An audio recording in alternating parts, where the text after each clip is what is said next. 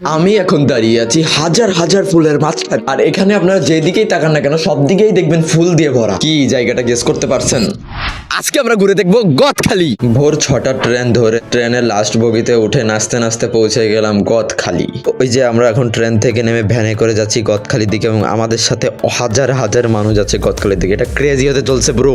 গদখালি এখানে নেমে আমরা এখন প্রথমত যাবো একটা রেস্টুরেন্টে সকালে নাস্তা করার জন্য, দেন তারপর আমরা যাব ভিতরে পার্কের ভিতর। সো আগে চলে নাস্তাটা করে আসা যাক। খাওয়া দাওয়া শেষ করে আমরা গেছিলাম একটু বাইরের পরিবেশটা দেখতে, যে আশেপাশের মেয়েগুলো কেমন।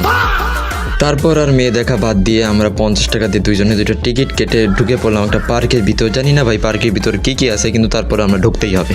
ও মাই গড ভাই, ইয়া পে ক্যা হো রা হ্যায় ভাই, এর ভিতর কি এগুলা ভাই? What is this man? এখন আমরা এর মধ্যে দিয়ে ঢুকবো, লেটস গো।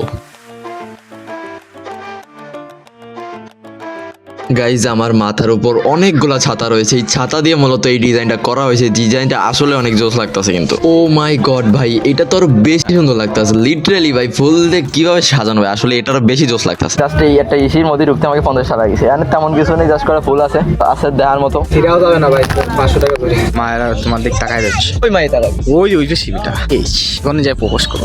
ভাই এখানে অনেক ফুল আছে, কিন্তু আমার ফুল আমার শ্বশুর বাড়িতে আছে। গাইজ, এই জায়গায় আমার বন্ধু তার ভবিষ্যৎ বউয়ের হাতটা ধরে বসতে পারছে, কিন্তু এখন আমি ধরবো। কিন্তু ভাই আমি আর না সামলাতে পারে, আমি ডিরেক্ট। আমরা এখন স্পাইডারম্যান হয়ে যাচ্ছি। সু ওখানে দেখা যাচ্ছে ভালোবাসার গাছ। সো আমরা এখন সেখানে উঠবো।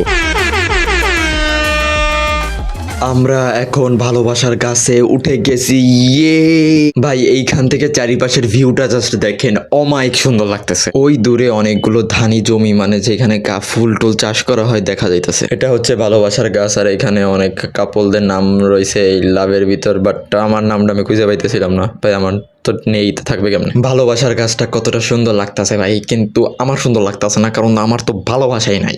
ব্রো ওইদিকে ভালোবাসা খুঁজে বেড়াচ্ছে। গাইজ, এখানে আসলে অনেক ছাতাগুলো আসলে অনেক জোস লাগতেছে ভাই, কিন্তু এটা আমার কাছে সবচেয়ে বেশি ভালো লাগছে। বাট হোয়াট দ্য মূল কথা হচ্ছে গাইজ, এখানে দেখার মতো আর কিছু নেই, শুধুমাত্র ফুল ছাড়া। খুব বোরিং একটা ভিডিও দিলাম। দেখা হচ্ছে নেক্সট ভিডিওতে। আল্লাহ হাফেজ।